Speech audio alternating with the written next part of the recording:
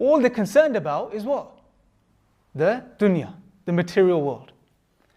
Now, materialism, like we defined already, materialism, like we said, it's the idea that everything we should be focused on, our mind is just consumed and our hearts are just consumed by what's around us, the physical world. That's all we're here to engage with. Wanting to buy more things, having material goals. I want to buy a house in 10 years' time. I want to have my own property. I want to have a nice car. I want to have this. I want to have that. And that's all we get caught up in. And to promote this, it's not just what we are desiring, but the system is set in a way to promote this ideology. Black Friday comes around, what happens? People go crazy. You've seen the videos online, on BBC, and you see on news channels, people go crazy. They're running over each other. They just want to push everyone out the way, and it's like they're doing Hajj or something. Yes, subhanAllah, if you think about it, it's crazy. Right? People just they're just so fixated on getting a good deal and having more material possessions. Now you have Cyber Mondays as well, for example, online. Again, all just fixated on the material. And materialism, and by extension now consumerism, and the way I see the difference between these two things, just to define terms here, materialism is the internal state, if you want to see it that way, the internal state of a person who is fixated and consumed by the material world. He just wants to keep buying, keep amassing wealth, keep amassing things, keep gaining material things, keep buying different things, left, right, and center, just keep collecting these things, right? Consumerism is now that materialist state in action. Now you go and you go buy. And you keep buying, and you keep buying, and you keep buying, and it almost becomes a mental disorder in a way. Because some people, it's a recorded phenomenon, some people, it's a disorder for them. They can't help but buy things anymore. They just can't help it. They're compelled, they need to go buy something. If they don't, they get depressed, they get anxious, they get frustrated. So this has been promoted, this has been pushed by the system that we live in. Right? And it's unfortunate because what's happening with all of this is that the people that are pulling the strings up above, the elite few, they're just getting richer, and we are just like pawns in the system. We're just slaves, just doing what they want us to do to fill their pockets. Really amazing stats, brothers, and really pay attention to this and really think about this for a second. Last year, 2017, Oxfam published a study, and it's on loads of news websites and stuff. You can check it out for yourself. 8 people, 1, 2, 3, 4, 5, 6, 7, 8. You can count on your fingers. 8 people in the world have more wealth than 50% of the world's population. Just think about that for a second. 8 people in the world have more wealth than 3.6 billion people on the face of this earth. Where's the justice there? What's going on? And how is this happening? It's through this entire system. It's modern day slavery if you really think about it, brothers and sisters. Wallahi, 9 to 5, Monday to Friday, we go into the cities, we go into our jobs, we go into our businesses, we do our thing, we press a few buttons, we do what they want us to do. Come Friday, you start getting fed up. What do? Saturday and Sunday, take it off. And what do non-Muslims normally end up doing on Saturday and Sunday? Yeah. For a lack of a better term, yeah, better words. They go get smashed, they get drunk, they go do whatever they want, escapism. Just go get drunk, forget about it, relax, enjoy yourself, go spend the money that you worked so hard to earn, put it back into the system. And come back Monday morning to repeat the cycle over again. This is the system that we're stuck in. Right? This is the reality, and this is it's very interesting because this has not just happened by accident. It's a deliberate process that's been put into place. In the 50s, for example, the principles were really put into place regarding consumerism. For example, there was this whole idea of perceived and planned obsolescence, basically. Perceived and planned obsolescence. What is this? Products and things were being designed with the intention that they will break down after a few years. Deliberately, that was a part of the design process, that the products will break down. Why? So then the person that buys them, he'll go buy a new product after a couple of years. And then this was balanced out with perceived obsolescence, which is that, if our products keep breaking down, people are going to start clocking on, something's wrong, something's not adding up here. And we've noticed this, you've probably heard your parents say, the way they make fridge freezers these days is not the way that they used to make them 30, 40 years ago. Right? Things used to last back in the day. Now they seem to just break down. So they thought, okay, if things keep breaking down, people are going to start working out something's going on here. So perceived obsolescence. What's perceived obsolescence? We create this narrative in society that after every couple of years, things go out of fashion. And the youth can relate to this. Things aren't cool anymore. They're not trendy anymore. Who's got an iPhone here?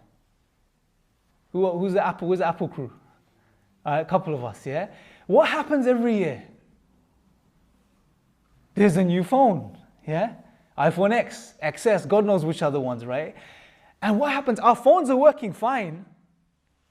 Yeah, our phones are working fine, but we want the new phone because our old phone's gone out of fashion now. It's not in trend anymore.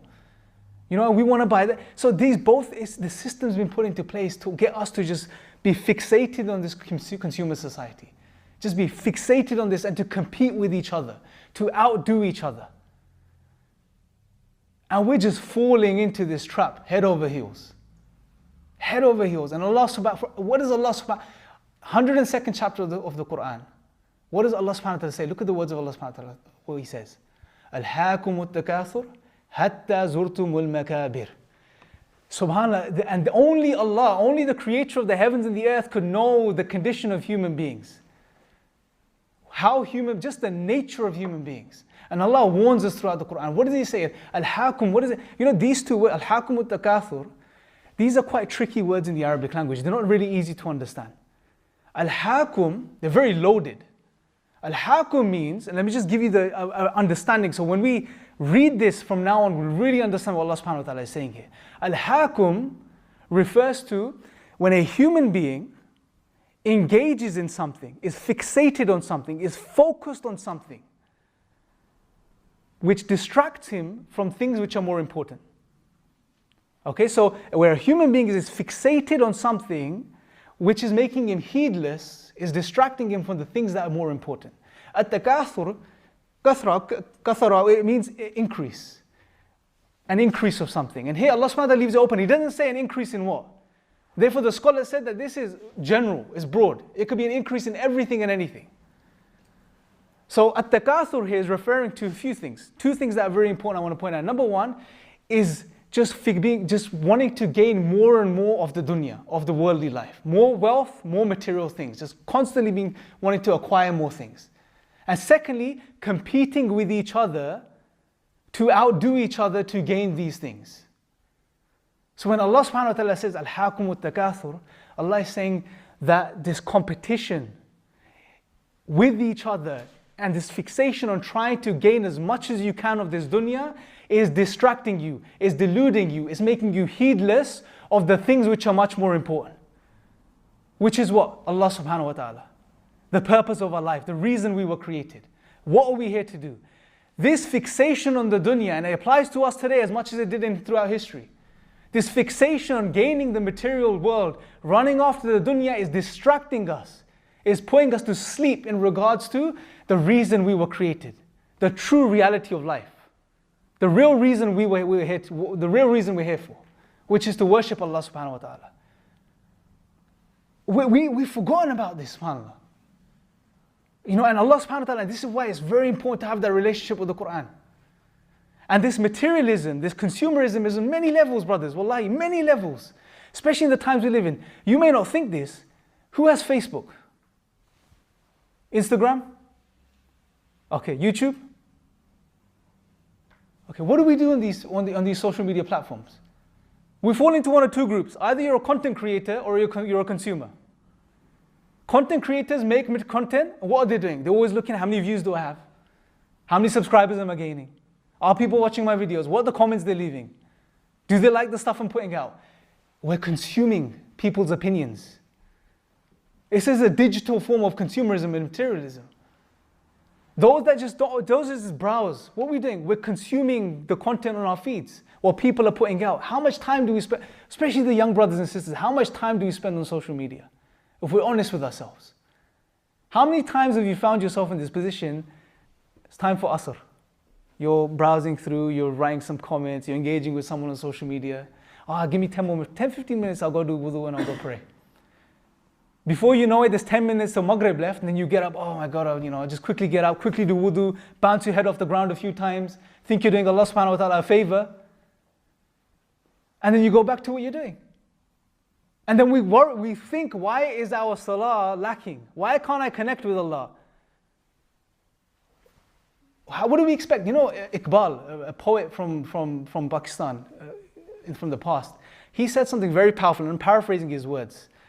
He said something along the lines of, he said, whenever I put my head down in prostration, when my head meets the ground, a voice comes from the ground and it tells me, what are you going to find in this prostration when your heart is occupied with the world, with the dunya? If your heart is consumed by dunya, worldly affairs, just consuming just the world around you, whether it be in the form of the digital media, whether it be in the form of just amassing wealth, how are we ever going to have space in our hearts for Allah subhanahu wa ta'ala? How are we going to find that space? Is our questioned, I can't connect with Allah, is that even justified when we really think about our states? You know, subhanAllah, we need to think about this, brothers, wallahi and sisters. Allah subhanahu wa ta'ala gave us the Qur'an as the kitab, the book, but we gave ourselves Facebook. Allah subhanahu wa ta'ala gave us Muhammad sallallahu alayhi wa sallam. And we gave ourselves Justin Bieber and Britney Spears and God knows who else is famous these days, yeah. Allah subhanahu wa ta'ala, He honored us. He gave us our identity. Allah subhanahu wa ta'ala, when He created Adam, what did He say to the angels? I'm going to create a vicegerent on earth, a representative. Look at the way Allah honored us, the human being. Allah defined us by this.